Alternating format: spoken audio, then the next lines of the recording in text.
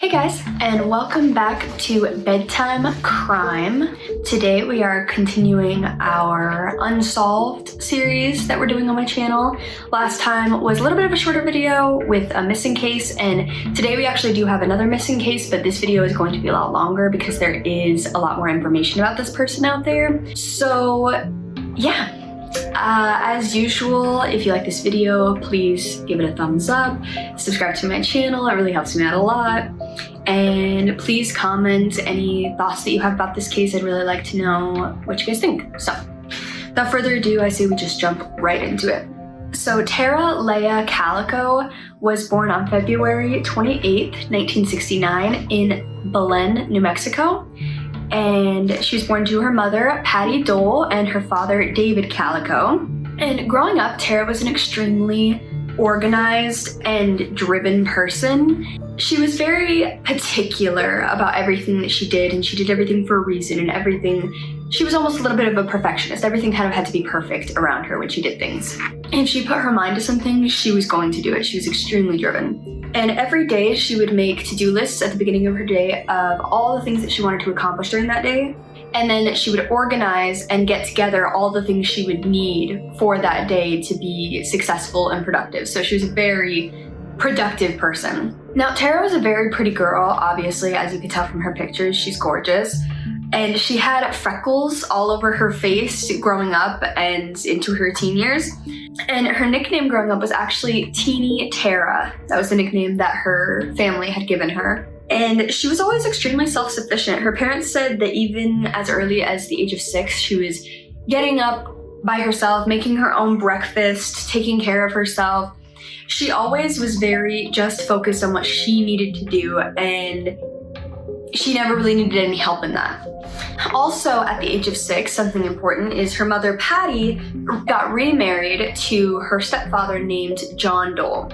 And they were a blended family because John also had children of his own, and the whole family ended up consisting of about 5 children in total. Now, Tara graduated from Belen High School and ended up attending the University of New Mexico, Valencia, after graduating, and she was hoping to pursue a career either in psychiatry or psychology. And while attending university, she also had a job at a local bank to make some extra money on the side. So that brings us to September 20th, 1988. Tara left home at around 9:30 a.m. to go for a bike ride. She was riding her mom's bike that day because her bike unfortunately actually had a flat tire at this time. And normally her mom would actually come with her on the bike rides. They were kind of a routine that they did together, that they would go on these bike rides every morning, and they would just go on the same route every day just to get some exercise and spend some time together. However, on one of the recent bike rides that they went on, her mom said that there was a driver being really aggressive and he was following her and he was driving too close to her, and she was really scared.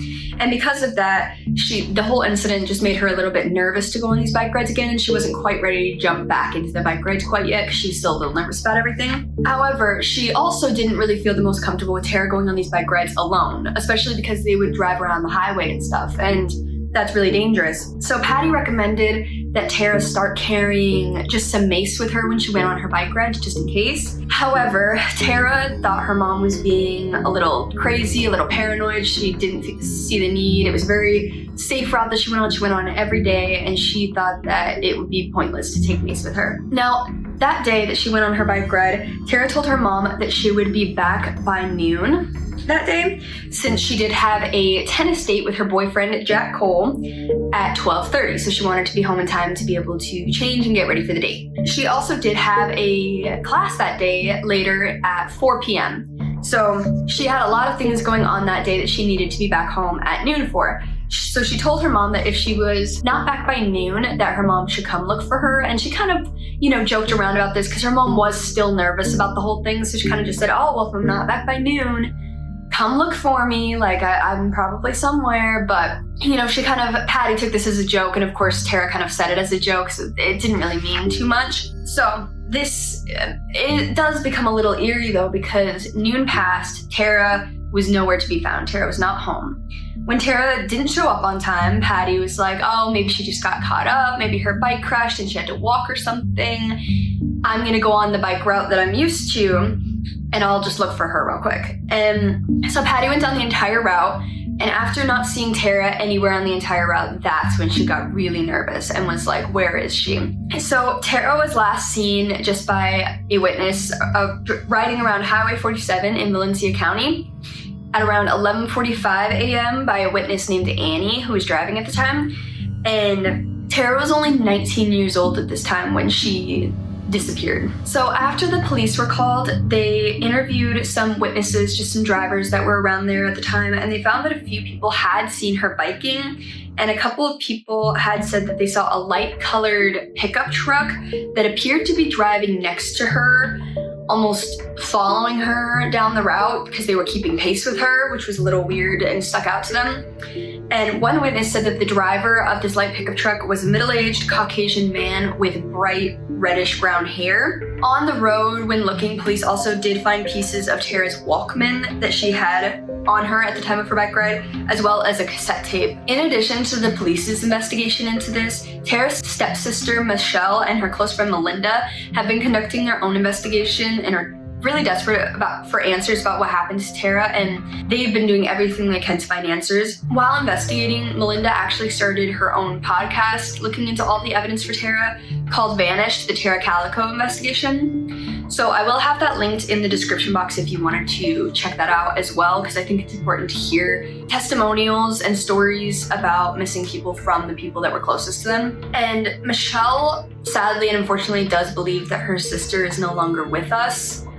However, she still wants answers. The whole family wants answers so that they can put her to rest and feel at peace. Even if those answers aren't what they want them to be, they still do want answers. To this day, Tara's bike has never been found. It's a pink Huffy bike, and they never found any trace of the pink Huffy bike whatsoever, except for the tracks that ended where they presumed that she was either taken or ran from. The police started to suspect that Tara might have ran away. I mean, she was 19, living with her parents, and she just disappeared on a bike ride. It could make sense that she would have ran away. However, Patty and John said that there was no way that she would ever do that. She was a very happy, excited young woman who had many big plans and dreams for the future, things she was looking forward to, and even just that day, I mean, she had plans to go out with her boyfriend and plans to go to university. I mean, she had things going on. Years later, Patty and John were actually able to become formally deputized, which basically means that police officers allow civilians access to some of the things they have in order to reach a common goal. So essentially, if the police think it would be beneficial for somebody like a civilian that's asking to get information about a certain case or have access to certain case files, instead of them having to approve them every time and go through this huge process, they can deputize them in order for them to be able to reach those files themselves and be able to almost take part in the investigation in a way. The most common way that we usually see civilians get deputized is just when they allow people to make a civilian's arrest or a citizen's arrest. However, in this case, it was obviously super helpful for Patty and John because they were allowed to perform searches because they had, access to warrants, and they had more access to all of the previously sealed files of Tara's investigation, and they were able to provide insight to some of the things that the police did not have insight on before. About 9 months after Tara initially went missing, on June 15th, 1989, a woman found an old Polaroid picture just in a convenience store called Junior's parking lot, and this was in Port St. Joe, which was nearly 1,500 miles where Tara initially went missing from. And in the photo, there was a girl and a young boy seeming to be laying on sheets and a pillow with their hands bound and duct tape over their mouths. And obviously after the woman found the photo, she immediately called the police. And she said that before she had pulled into the spot where she found the photo, there was a mustached man about in his 30s driving a white Toyota van in the spot that she was about to take. So the police attempted to stage a roadblock in an effort to find the vehicle and stop the vehicle from getting any farther, but this was unsuccessful. And when looking at the photo, Patty does say that she is certain that it is Tara, it is her daughter. She said that the girl in the picture had a scar on her thigh, just like the one that Tara had gotten in a car accident from when she was younger. And she also said that the book next to her was by one of her favorite authors, which was V.C. Andrews. And there's been some debate about whether this is Tara in the photo or if it's not. Many people, especially, crime solvers, have looked into this case, and they all kind of have different opinions. Los Alamos National Laboratory did not believe that it was her, and the FBI said they could not determine either way whether it was her or it's not, because there was not enough proof either way. And Scotland Yard in the UK said that they were certain that it was her. All of these places did agree, though, that the Polaroid could not have been taken earlier than May of that year, since the stock that it was developed on was not available before May of that year. I think it's also important to mention the other really famous thing about this photo, which also links it kind of to Tara's case a little bit, which is that the young boy in the photo for a very long time was believed to be Michael Henley, who was a young boy who had gone missing in the New Mexico mountains, around 75 miles away from where Tara went missing. This gave even more hope to the fact that it could be Tara, since if they were both taken from New Mexico, it would make sense. However, this was debunked, and it turned out to not be Michael Henley after they tragically found Michael Henley's body in the mountains not far from where he went missing. And it was revealed that his cause of death was natural causes and exposure that would have happened well before the photo was even taken, so it could not have been him in the photo. Now, Tara's story got so much media attention. She was getting news mentions all the time. She was featured on People magazine to spread the word about her story. I mean, I'm sure that you guys may have even heard the name Tara Calico before I made this video and mentioned it. However, this is great because the more people that are aware of it, the more likely answers are to be found, and the more likely people are to come out with information. Even if it's a little thing, it can make a big difference. But I do want to emphasize the importance of why it is so important that every case gets this attention.